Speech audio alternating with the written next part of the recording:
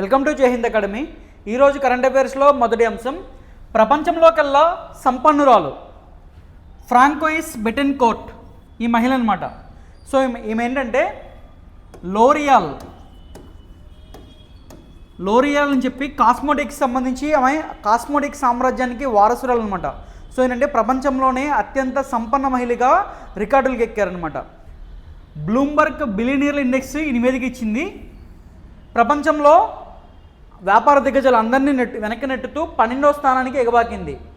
చూసుకుంటే కనుక 70 ఏళ్ల మేయర్స్ ఈ మహిళ 268 బిలియన్ డాలర్లకు సంబంధించి లోరియల్ సామ్రాజ్యానికి మేము వారసురాలు. 2017లో మేయర్స్ తల్లి మరణానంతరం ఈమెకి అపారమైన ఆస్తి చేరిందనమాట. L'Oreal vice president Francoise record $100 billion దాటిన సంపద ఆ గంట సాధించిన తొలి మహిళ ఆమె అనమాట. సో ప్రపంచంలోకెల్లా అత్యంత సంపన్న మహిళ ఎవరంటే ఫ్రాంకోయిస్ బెటెన్కోర్ట్. ఎవరు చెప్పారంటే బ్లూంబర్గ్ బిలియనీర్స్ ఇండెక్స్ చెప్పింది. మరొక అంశం, డాక్టర్ చంద్రమోహన్కు ప్రతిష్టాత్మక బ్రిటిష్ సిబిఈ పురస్కారం. సిబిఈ అంటే చూద్దాం, commander of the order of the British empire. బ్రిటన్లో వివిధ రంగాల్లో సేవలు అందించిన వారికి అవార్డు ఇవ్వడం జరిగిందనమాట. అలాగే వైద్య రంగానికి సంబంధించి భారతదేశంలో పుట్టి అలాగే బ్రిటన్లో స్థిరపడిన వైద్యుడు కన్నెగంటి చంద్రమోహన్కి అవార్డు ఇవ్వడం జరిగిందనమాట. సో అది. మరొక అంశం, అమృత్పాల్ సింగ్కు నైట్హుడ్ పురస్కారం. భారత సంతతికి చెందిన బ్రిటిష్ సిక్కు వర్గీయుడు డాక్టర్ అమృత్పాల్ సింగ్ ప్రతిష్టాత్మక నైట్హుడ్ పురస్కారానికి ఎంపికయ్యాడనమాట. సో ఏంటంటే 2024 కొత్త సంవత్సరంలో ప్రిన్స్ చార్లెస్ III పురస్కార గ్రహీతలకి అవార్డు అందిస్తారనమాట. ఏంటంటే ఈయన కూడా ఒక వైద్యుడు అనమాట. మరొక అంశం, సామాన్యులకి సౌకర్యవంతంగా దేశంలో తొలిసారిగా అమృత్ భారత్ ఎక్స్ప్రెస్ రైళ్లకు రూపకల్పన అనమాట. చూసుకుంటే దేశంలో తొలిసారిగా భారతీయ రైల్వే తక్కువ ఖర్చుతో అత్యాధునిక సౌకర్యవంతమైన ప్రయాణం కోసం సూపర్ ఫాస్ట్ ప్యాసింజర్ రైళ్లలో కొత్త కేటగిరీగా అమృత్ భారత్ ఎక్స్ప్రెస్ రైలుని తీసుకొచ్చింది. సో ఇదేంటంటే జనవరి 7వ తారీఖు నుంచి అందుబాటులోకి వస్తాయి అనమాట. దేశంలో తొలిసారిగా తక్కువ ఖర్చుతో ఈ యొక్క ట్రైన్ని స్టార్ట్ చేశారు. 2 ట్రైన్లు అనమాట. అయోధ్యధామ్ జంక్షన్ నుంచి దర్భంగా మధ్యలో ఒకటి, అలాగే మాల్దా టౌన్ నుంచి బెంగళూరు. మాల్దా టౌన్ నుంచి బెంగళూరు మధ్యలో ఏపీ కవర్ అవుతుంది అనమాట. ఏపీకి సంబంధించి కొన్ని ప్రాంతాలు కవర్ అవుతాయి. అయోధ్య నుంచి లాంఛనంగా ప్రారంభించిన ప్రధాని మోడీ జనవరి 7 నుంచి ప్రయాణికులకు అందుబాటు.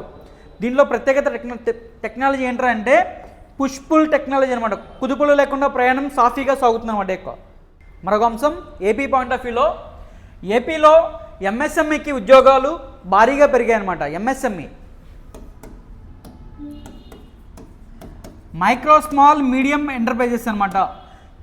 2021-22లో ఎంఎస్ఎంఈ ద్వారా మొత్తం 12.29 లక్షల మందికి ఉపాధి కల్పన చేశారన్నమాట. ఈ నివేదికను ఎవరు రిలీజ్ చేశారంటే రాజ్యసభలో కేంద్ర మంత్రి భాను ప్రతాప్ సింగ్ వెల్లడించారనమాట.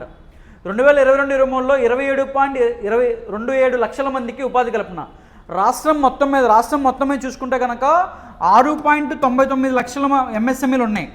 వైఎస్ జగన్ పాలనలో కొత్తగా 5.0 లక్షల ఎంఎస్ఎంఈలు ఏర్పాటు చేశారని చెప్పారనమాట. దీనిలో భాగంగా రాష్ట్రాల వారీగా నివేదిక ఇచ్చారు. 2022-23లో ఎంఎస్ఎంఈల ద్వారా అత్యధికంగా ఉద్యోగాలు పొందిన రాష్ట్రాల జాబితా ఇచ్చారు. జాబితాలో ఫస్ట్ ప్లేస్ మహారాష్ట్ర ఉంది. మహారాష్ట్ర ఈ 2022-23 సంవత్సరంలో ఎంఎస్ఎంఈల ద్వారా ఉద్యోగాలు పొందిన మొత్తం సంఖ్య 48,78,918. ఫస్ట్ ప్లేస్ మహారాష్ట్ర ఉంది. ఏపీ చూసుకుంటే కనుక 7th ప్లేస్లో ఉంది. 27,27,273 మందికి ఉద్యోగాలు కల్పించారనమాట. చూసుకుంటే కనుక ఆంధ్రప్రదేశ్లో ఈ కోవిడ్ టైంలో కూడా రీస్టార్ట్ ప్యాకేజ్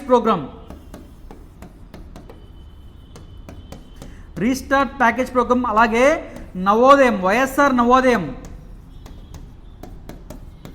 ఈ 2 పథకాలు ఎంఎస్ఎంఈకి సంబంధించి మైక్రో స్మాల్ మీడియం ఎంటర్ప్రైజెస్ సంబంధించి. సో లేటెస్ట్గా ఏంటంటే న్యూస్ ఏంటంటే ఈ ఎంఎస్ఎంఈ ద్వారా ఏ రాష్ట్ర ప్రభుత్వం అనేది అత్యధిక ఉద్యోగాలు కల్పించిందంటే first place Maharashtra, 7th place AP. మరొక అంశం, పెరిగిన తలసరి ఆదాయం. ఇటీవల లోక్సభలో వెల్లడించిన కేంద్ర ఆర్థిక సహాయ మంత్రి అనమాట. సో ఏంటంటే జాతీయ సగటును మించి ఏపీలో తలసరి ఆదాయం పెరిగింది.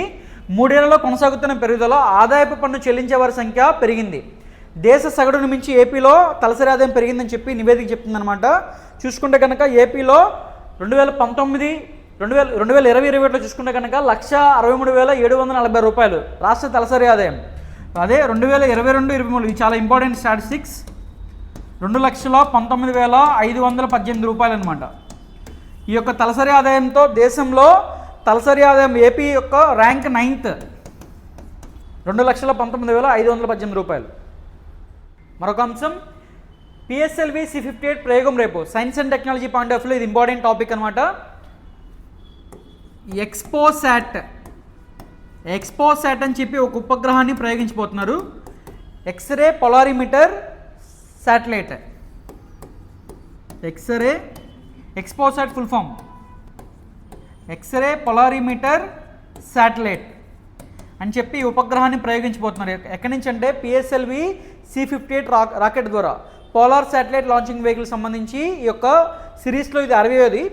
దీనికి సంబంధించి రాకెట్ పిఎస్ఎల్వి C-58.